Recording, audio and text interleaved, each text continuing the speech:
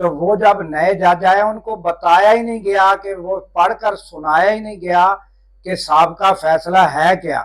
تو وہ ان کو پتہ ہی نہیں بھی وہ جو پچھلا فیصلہ ہے وہ کیا ہوا ہے۔ یہ سلیمان اکرم راجہ نے کہا کہ ان کو کوئی معلومات نہیں تھی، تو لہٰذا وہ ایسے ایسے سوالات بھی بیسک اٹھا رہے تھے جو کہ پہلے فیصلے میں سارے جواب ان کے موجود ہیں، مگر وہ کوئی ضرورت ہی نہیں محسوس کی گئی کہ یہ پڑھ کر سنایا جائے۔ تو اس طرح سلیمان اکرم راجہ جو ہیں وہ بھی بڑے مایوس نظر آئے۔ تو ایک اینکر نے جب ان سے سوال کیا کہ اب آپ آئندہ کا لائحہ عمل کیا ہے، آپ کیا یوں ہی جو بیٹھے رہیں گے اور کچھ نہیں کریں گے، تو انہوں نے کہا کہ یہ کیا ہمارا ہی حق بنتا ہے صرف کہ ہم ہی سڑکوں پر نکلیں؟ کیا یہ پوری قوم کا یا پی ٹی آئی کا ہی حق بنتا ہے کہ اپنے حقوق کے لیے، انصاف کے لیے ہمیں نکلنا چاہیے، یا صرف آپ جو اینکر ہیں ان کا بھی، وکلا ہے ان کا بھی، سب کا حق بنتا ہے کہ انصاف کے لیے، رول آف لا کے لیے نکلنا چاہیے؟ تو پھر ایک سوال کے جواب میں سلیمان اکرم راجہ نے کہا کہ ٹھیک ہے، وہ جو ہے ہم مختلف طریقوں سے اپنی تیاریاں احتجاج کی کر رہے ہیں، کیونکہ وہ جو سوال کیا گیا تھا، ایک اینکر نے کہا کہ خیبر پختونخوا میں کوئی تیاریاں کی جا رہی ہیں، تو وہاں کوئی خیمے وغیرہ تیار کیے جا رہے ہیں احتجاج کے لیے۔ تو انہوں نے کہا کہ ہمیں جو ہے مختلف جو طریقے ہیں ان کے تحت ہم نے اختیار کرنے ہیں، اور ہم اپنا احتجاج جاری رکھیں گے اور احتجاج ضرور ہوگا۔ تو یہ سلیمان اکرم کی جو باتیں تھیں وہ انہوں نے عدالت سپریم کورٹ سے مخصوص نشستوں کے جو سماعت جاری ہے اس سے باہر آ کر کی، جو کہ وہ بڑی مایوس کن باتیں تھیں، اور وہ پریشان بھی اس معاملے پر جو سماعت ہوئی پریشان نظر آ رہے تھے۔ اور اس کے علاوہ ناظرین جو ہے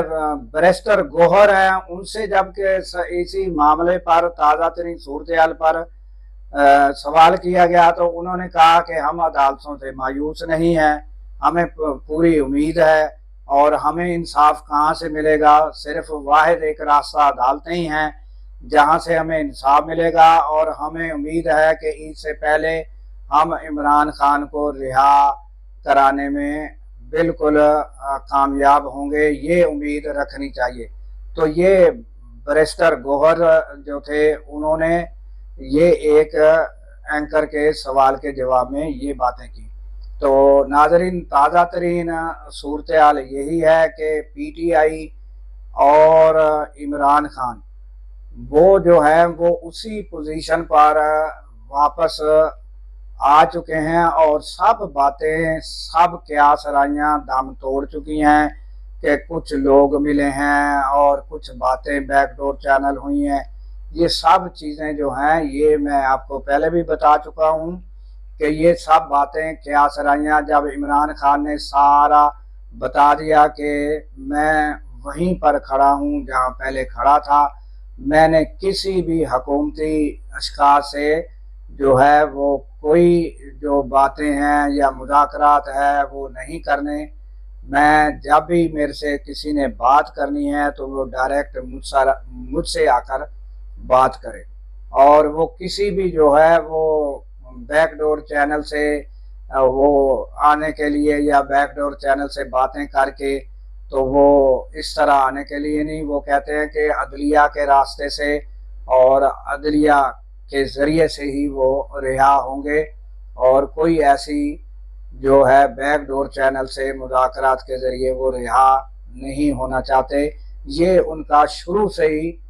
انہوں نے سٹینڈ لے رکھا ہے، اور اب تک وہ اس پر قائم ہے۔ تو ناظرین یہ تازہ ترین اپڈیٹ، اور کل پھر سماعت ہوگی، اور یہ سپریم کورٹ جو آئینی عدالت ہے اس سے پہلے ہی لوگوں نے یہ اندازہ لگا لیا ہے کہ فیصلہ کیا آنے والا ہے، وہ آپ نے مطیع اللہ جان سے بھی سن لیا۔ تو اب ناظرین آتے ہیں ہم غزہ کی جانب کہ اسرائیل کی بربریت جو ہے وہ قائم ہے، اور وہاں بمباری بھی جاری ہے، اور وہاں ناظرین جو امداد ہے وہ پہنچ نہیں رہی، اور اگر وہ بر وقت امداد پہنچ نہیں سک رہی تو مجھے یہ بتایا جائے کہ یہ اقوام متحدہ جو ہے یہ صرف زبانی کلامی باتیں کرنے کا نام ہے، اور وہ یہاں تک کہ جو ٹرک جو امداد سے لدے ہوئے وہ مکمل وہاں نہیں پہنچ سک رہے، اور یہ حالات ہیں، اور جو بربریت ہے وہاں، اور روزانہ کی بیس پر کبھی 100 سے زائد، کبھی 80، کبھی 90، کبھی 150 لوگ شہید ہو رہے ہیں، اور تقریباً 60,000 کے قریب جو ہیں وہ جانوں کا ضیاع ہو چکا ہے، اور تقریباً جو ہے 70 سے 75% جو ہے غزہ مسمار کر دیا گیا ہے۔ تو ساری دنیا کو ان کے لیے دعا گو ہونا چاہیے، اور جو لوگ دنیا کے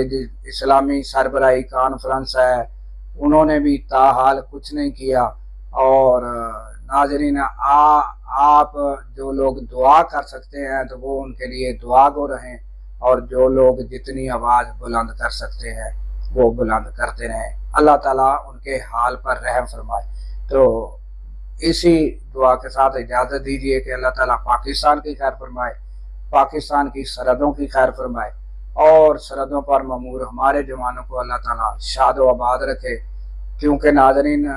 جب ہم راتوں کو سو رہے ہوتے ہیں وہ سرحدوں پر جاگ رہے ہوتے ہیں۔ اللہ حافظ۔